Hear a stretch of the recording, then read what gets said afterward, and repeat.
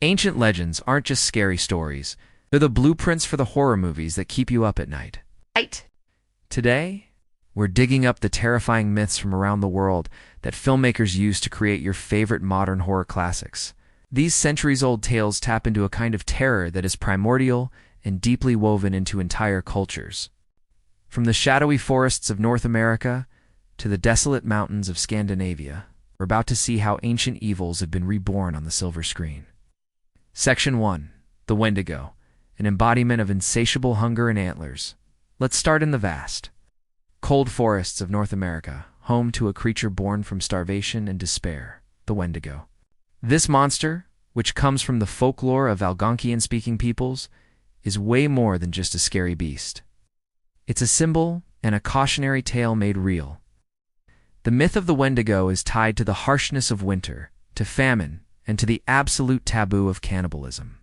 Early folklore described them as impossibly thin, emaciated humanoids with hearts of ice, driven by a hunger so bottomless that the more they ate, the hungrier they became. This endless appetite made the Wendigo a perfect metaphor for greed and for the corrosive selfishness that can pop up when resources are scarce. In some versions of the tale, the creature even represents the destructive force of colonialism, an entity that consumes everything, leaving only starvation behind. The transformation usually starts with a regular person who, pushed to the brink, breaks that ultimate taboo and eats human flesh, inviting the spirit of the monster to take them over. The 2021 film Antlers, produced by the master of modern monsters, Guillermo del Toro, drags this ancient terror into a contemporary setting with chilling results. Set in a decaying Oregon town, the film uses the Wendigo not just for physical horror, but as a powerful metaphor for the cycles of abuse, poverty, and environmental neglect plaguing the community. The movie centers on a young boy, Lucas, whose father gets possessed by the creature in an abandoned coal mine. The film gives the Wendigo the fearsome antlers that have become a common modern interpretation, a symbol of its connection to the wounded, dying land. Antlers brilliantly connects the Wendigo's traits to the broken lives of its characters. The creature's insatiable hunger mirrors the unending cycle of addiction and the voracious consumption of natural resources that has left the town a hollowed-out shell. The story is told through a teacher, Julia, and her sheriff brother, Paul, who are themselves survivors of trauma. They slowly piece together the supernatural horror through the disturbing drawings of young Lucas. Director Scott Cooper and Del Toro intentionally framed the Wendigo as a psychological figure, a physical manifestation of the grief and rage that permeates the town. Oh. The film suggests the monster isn't just in the woods. It's in the broken homes, the abandoned mines, and the quiet suffering of a forgotten community, making the ancient myth of the Wendigo feel terrifyingly real. Section 2. The Draugr and Jötunn, Norse nightmares in the ritual next. Let's head over to the misty, ancient landscapes of Scandinavia, the birthplace of Norse mythology. This is a world of powerful gods, epic battles, and some truly terrifying creatures. While you probably know about trolls, there are much darker things lurking in the sagas. One of them is the Draugr. These are not your slow, shuffling zombies. Draugr are supernaturally strong undead warriors who often keep the same malevolent intelligence they had in life.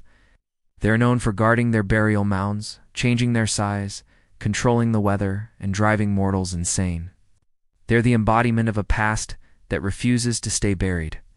Then you have the Jötunn. They're often translated as giants, but devourers might be more fitting. These are ancient, powerful beings, sometimes wise and beautiful, but just as often chaotic, destructive forces of nature and enemies of the gods. They represent the untamed primordial wilderness, a power far older and more indifferent than humanity. The 2017 horror film The Ritual throws a group of modern guys right into this ancient mythic world. The story follows 4 friends hiking through the remote Swedish wilderness to honor a friend who died. They take a wrong turn and stumble into a forest that feels impossibly old and malevolent. What they find there is a brilliant and terrifying mix of Norse legends. The entity stalking them is an ancient bastard offspring of Loki, one of the most mysterious figures in Norse mythology. Now, it's important to note that this creature is an original creation for the movie. You won't find this exact being in the old sagas. It's a creative blend of concepts, taking the territorial possessiveness of a Draugr and the primordial power of a Jötunn. The creature's design is a nightmarish fusion of animal and human, with an elk-like head and long human-like arms, a look that feels both alien and horribly familiar. It demands worship and sacrifice, granting its followers an unnaturally long life in exchange for their devotion and a steady supply of victims. But the ritual isn't just a simple monster movie. It uses this Norse framework to explore deep themes of guilt, grief, and cowardice. The main character, Luke, is haunted by the violent death of his friend, which he witnessed but did nothing to stop. The Jötunn becomes a physical manifestation of his guilt, tormenting him with visions of his friend's final moments. The ancient forest becomes a kind of purgatory, and the monster a judge. The climax, Luke has to choose: submit to the creature and live forever with his pain, or fight back and find redemption or death. By rooting its monster in the dark soil of Norse myth, the ritual creates a horror that is not only terrifying but also deeply emotional. Section 3. La Llorona, the weeping woman of Mexican folklore from the cold north. We now go to the vibrant landscapes of Latin America, home to one of its most tragic phantoms, La Llorona, the weeping woman. This legend is a cornerstone of Hispanic folklore. A ghostly cautionary tale told two kids to keep them away from water after dark. The most common version of the story is about a beautiful woman named Maria who, in a fit of rage after her husband leaves her, drowns her own children in a river. Instantly crushed by what she's done, she drowns herself but is denied entry into the afterlife. She is cursed to wander the earth forever, weeping and searching for her lost children. Her mournful cry, "A Miss Hijos, oh my children," strikes fear into anyone who hears it. It's said she snatches wandering children, mistaking them for her own, and drowns them in her sorrow. In 2019, this timeless legend was brought into the Conjuring cinematic universe with the film The Curse of La Llorona. Set in 1973 Los Angeles, the film follows a social worker and widowed mother named Anna who accidentally gets the attention of the vengeful spirit. The film plants itself firmly in the shared universe with a cameo from Father Perez, character from the first Annabelle movie, who gives the initial explanation of the ghost. The film turns La Llorona from a tragic, wandering ghost into an aggressive monster. She becomes a terrifying boogeyman who actively stalks Anna's family, her ghostly hands leaving burn marks on the children she tries to grab. The story shifts focus from her grief to a modern family's desperate fight for survival. Anna has to get help from a curandero, a folk healer, to protect her kids. This brings in elements of folk magic and ritual as a defense, contrasting with the more formal Catholic exorcisms seen in the main Conjuring films. While The Curse of La Llorona was a box office hit, it's mostly a jump scare-driven horror flick that prioritizes frights over the deep, sorrowful tragedy of the original myth. What's interesting is that another film released the same year, the Guatemalan production La Llorona, took a totally different approach. This art house horror film uses the legend as a powerful allegory for the real-life horrors of the Guatemalan genocide. In that version, the spirit is a specter of justice, haunting a retired war criminal. This shows just how versatile the myth is. The Hollywood version, however, is a prime example of how a culturally specific legend can be adapted into a globally recognized horror icon. The birthplace of the stories of the Djinn, often watered down in Western culture, two genies in a lamp. The Djinn of Islamic and Arabic mythology are far more complex and dangerous. According to tradition, Djinn are beings of smokeless fire, created by God before humans. According to tradition, Djinn are beings of smokeless fire, created by God before humans. They aren't inherently evil like demons. They're a separate race with free will, living in a parallel world unseen by us. They can be good, evil, or neutral. It's the malevolent Djinn, or shaitan, that have become horror staples. These beings are said to possess humans, cause illness and misfortune, and travel on the wind, whispering dark thoughts into the ears of the vulnerable. The 2016 Persian language film Under the Shadow brilliantly uses the mythology of the Djinn to tell a story of deep psychological terror set against a backdrop of real-world horror. The film takes place in 1980s Tehran during the Iran-Iraq War. The story centers on Shida, former medical student barred from her studies, and her young daughter Dorsa. After Shida's husband is drafted, a missile hits their apartment building but doesn't detonate. A neighbor suggests that the missile might have carried a djinn with it, as these spirits are drawn to places of turmoil and fear. Under the Shadow uses the supernatural to amplify real-world anxieties. The djinn is a metaphor for the oppressive, suffocating fear in Shideh's life. There's the constant fear of air raid sirens and sudden death, but also the terror of the oppressive political regime. Shidi is a modern, educated woman whose ambitions have been crushed.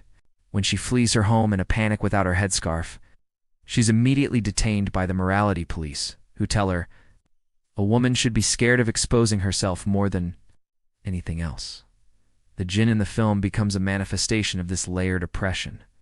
It preys on Shideh's anxieties as a mother and her frustration at her loss of identity. The creature's main form of torment is stealing cherished items, and it fixates on Dorsa's beloved doll. As the doll disappears, the bond between mother and daughter frays. The djinn itself is mostly unseen, its presence felt through whispers and fleeting shadows. In one of the film's most powerful images, the djinn finally appears as a large, billowing chattera floating empty veil that threatens to smother them. It's the literal embodiment of the oppressive shadow they live under, blending supernatural horror with the terrors of war and social repression. Mid-roll CTA.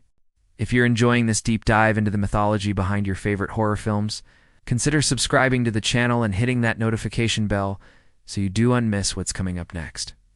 Section 5. Scandinavian Folk Rituals. The horrifying hospitality of Midsommar. Let's return to Scandinavia, but this time not for its monsters, but for its traditions. Midsommar is a real and beloved celebration in Sweden, marking the summer solstice. It's a time of joy, community, and nature, filled with dancing around a maypole and weaving flower crowns. Historically, these celebrations have pagan roots tied to fertility. Director Ari Aster, in his 2019 film Midsommar, peels back this cheerful layer to explore the terrifying possibilities lurking within ancient folk customs. Midsommar follows a group of American students who travel to a remote Swedish commune, the Herga, to see their once-in-a-year's midsummer festival. The main character, Donnie, is grieving a horrific family tragedy and clinging to a failing relationship. What starts as an idyllic trip slowly descends into a sun-drenched nightmare. The film's horror unfolds in broad daylight, creating a uniquely unsettling vibe. Ari Aster and his team meticulously researched Swedish folklore and pagan traditions to build the world of the Herga. The film is full of authentic, if often exaggerated, details. The maypole dancing and flower crowns are real. However, the film weaves these pleasant customs with much darker elements. For instance, the unsettling ritual of Tate Stupa, where elderly members voluntarily leap from a cliff, is a concept from Nordic folklore, though historians heavily debate if it was ever a real, widespread practice. The love spells, which involve menstrual blood and pubic hair, are also drawn from genuine, if archaic, Swedish folk magic. The true horror of Midsommar is psychological. It's about grief, codependency, and the desperate need to belong. Donnie arrives at the Herga, broken and alone in her sorrow. The commune, in its own twisted way, offers her what her boyfriend can't, a community that shares her pain. When she has a panic attack, the women of the Herga surround her, wailing and breathing with her. In the shocking climax, as Donnie watches her unfaithful boyfriend burn alive inside a sacrificial bear, her horror turns into a serene smile. Oh. She has finally found a family that feels her pain, even if it is inside a homicidal cult. Midsommar is a terrifying story about the dark side of community and the seductive power of belonging. Section Liu. The Yūrei, Japan's vengeful spirits in Ringyu and Juon over in Japan. There's a rich history of ghost stories. At the heart of Japanese horror, or J-horror, is the Yūrei, which means faint spirit. The most famous type in horror is the Onryu, a vengeful ghost. An Onryu is typically a female spirit who is horribly wronged in life, betrayed, murdered, or treated with injustice, and has returned to get revenge. Their rage is so powerful, it becomes a curse that latches onto a place or an object, infecting and destroying anyone who comes near it. The look of the Onru is incredibly specific and has become a global horror staple. Long, stringy black hair covering the face, a white burial kimono, and jerky, unnatural movements. This image comes from traditional kabuki theater, where these elements signified a character was a ghost. This terrifying look was burned into the global consciousness by two films in particular, 1998's Ringu and 2002's Juon, The Grudge. Ringu introduced the world to Sadako Yamamura, maybe the most iconic Onru in movie history. Sadako is the ghost of a psychic girl who was murdered by her father and thrown into a well. Her rage and sorrow create a cursed videotape. Anyone who watches it dies in exactly 7 days.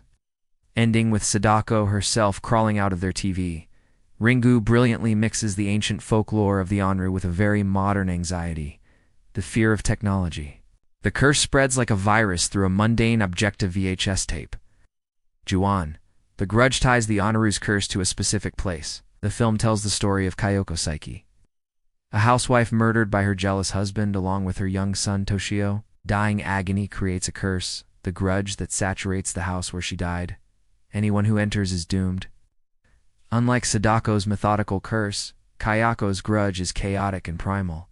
She appears in closets, under blankets, and crawling down staircases, emitting a horrifying guttural croak.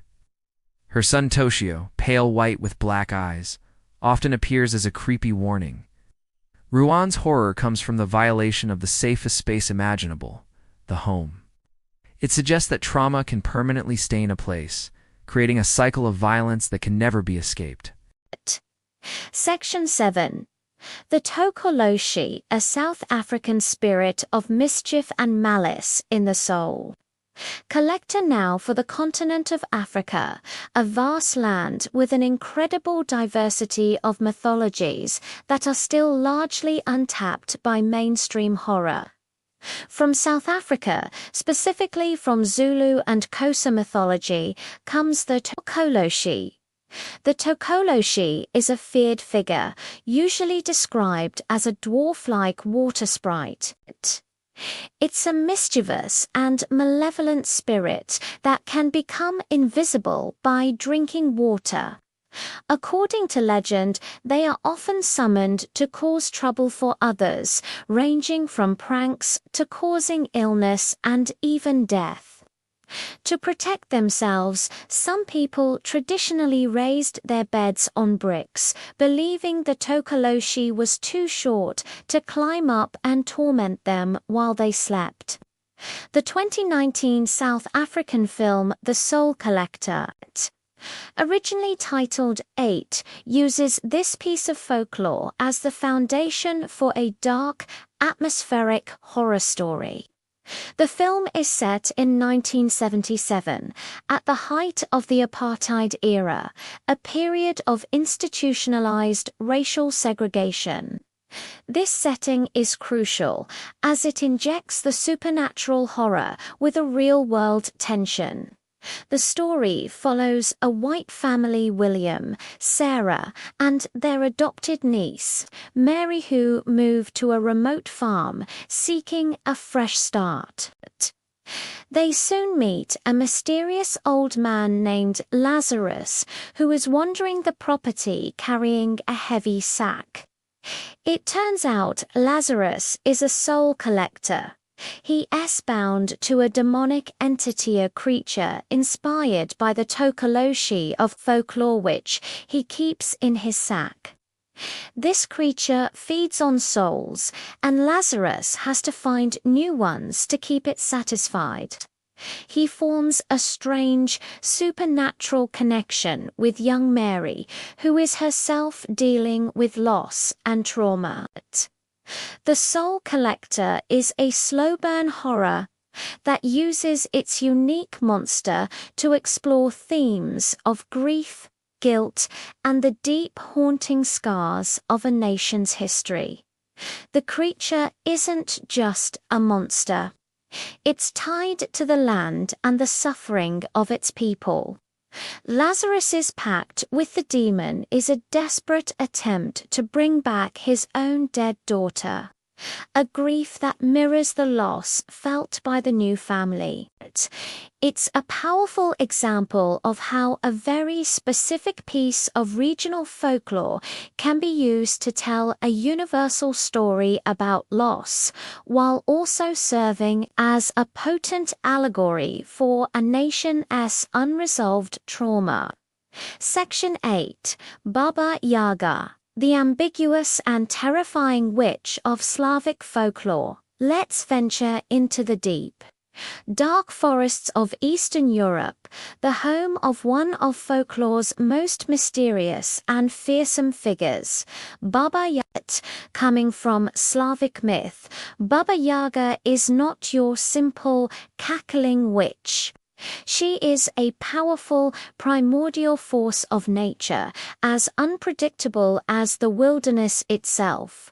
She is famously described as a ferocious-looking old woman living in a bizarre hut that stands on giant chicken legs, allowing it to walk around. Her fence is often made of human bones, and she flies not on a broom, but by sitting in a giant mortar, steering with the pestle. What makes Baba Yaga so terrifying is her ambiguity. In some stories, she's a straight-up villain who kidnaps and eats children. In other stories, she's a dangerous but wise helper. She has great knowledge and magical items, and will sometimes help heroes who are brave or clever enough to complete the impossible tasks she gives them. She is a gatekeeper, a tester of spirits. Meeting Baba Yaga could lead to a great reward or a gruesome death. She's neither good nor evil, operating on her own ancient, unknowable logic. Baba Yaga's influence on horror is immense, mostly through the witch in the woods archetype. Nearly every film featuring a mysterious crone living in isolation, from folk horror classics to modern tales like The Witch, owes something to Baba Yaga. More direct adaptations have also brought her to the screen.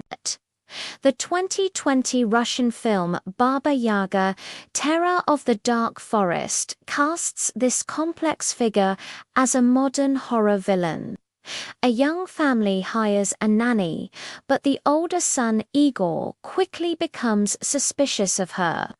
One day, the nanny and the baby sister disappear, and his parents have no memory they ever had a daughter.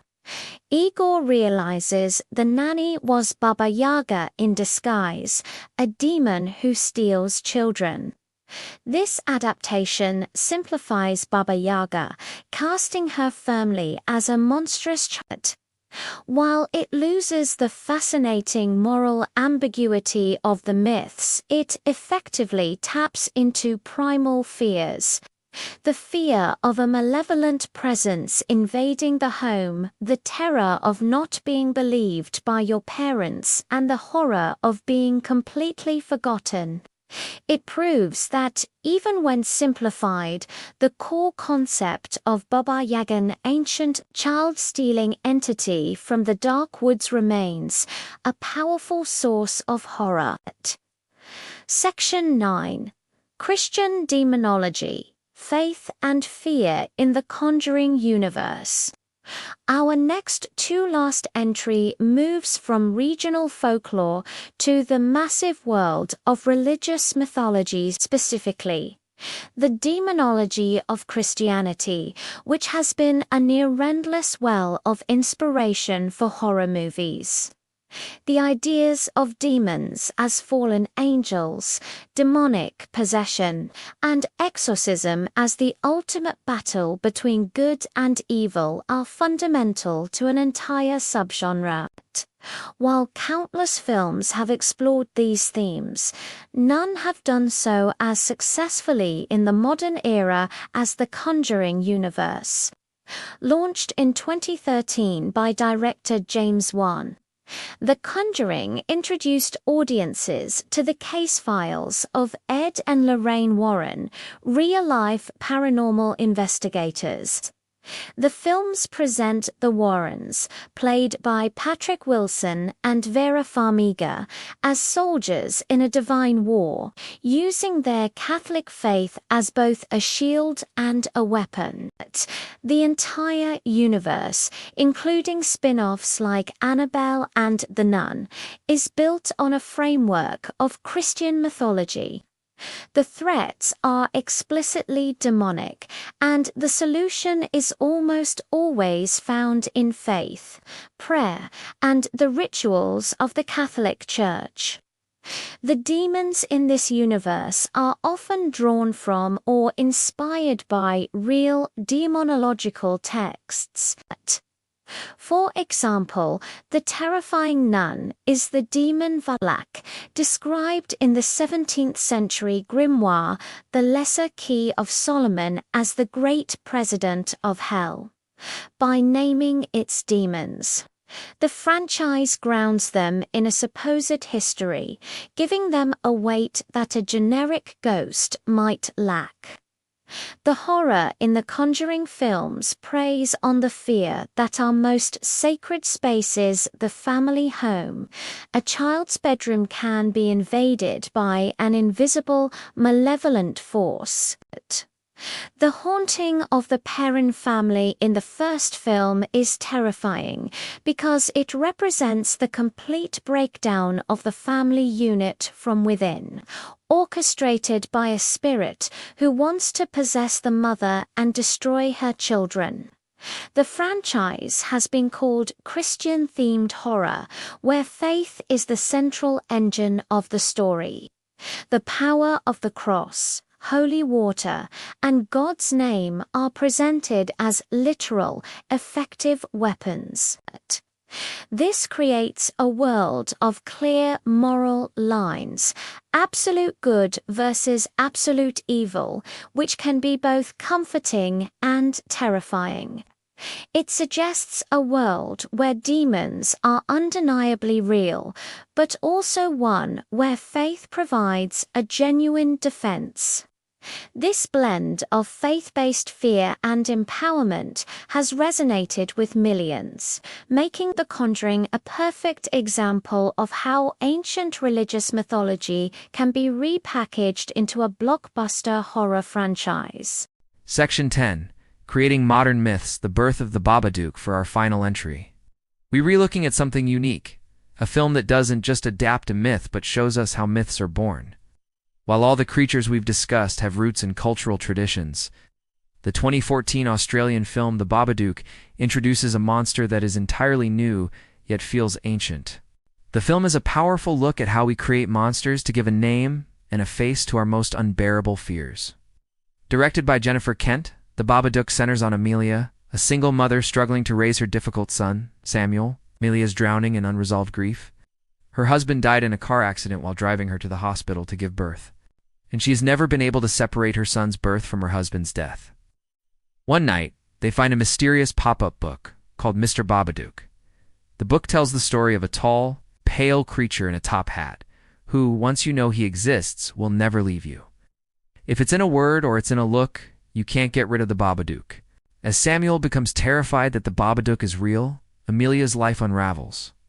She tries to destroy the book, only for it to reappear on her doorstep, repaired, with new pages showing her murdering her own son. The Babadook is no longer just a story. It has become a real presence in their home, a shadow that torments Amelia and slowly possesses her. The genius of the Babadook is that the monster is a clear and powerful metaphor for Amelia's repressed grief and depression. The Babadook is the physical manifestation of all the pain, anger, and resentment she has bottled up for years. It's the monster in the closet made real, but the closet is her own mind.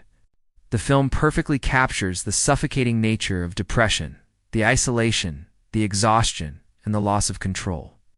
The film's brilliant ending solidifies its status as a modern myth. Amelia doesn't defeat the Babadook in a final battle. Instead, she confronts it, screaming at it, acknowledging its power over her, and asserting her own power as a mother.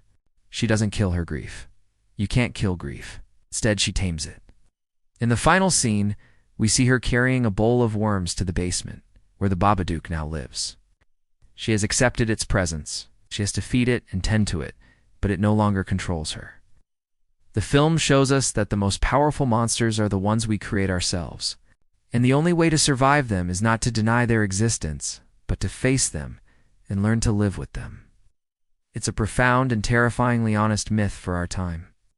Conclusion: from the cannibalistic Wendigo to the sorrowful La Llorona, from the ancient wrath of an Onru to the modern grief of the Babadook. It's clear that mythology is the source code for our fears.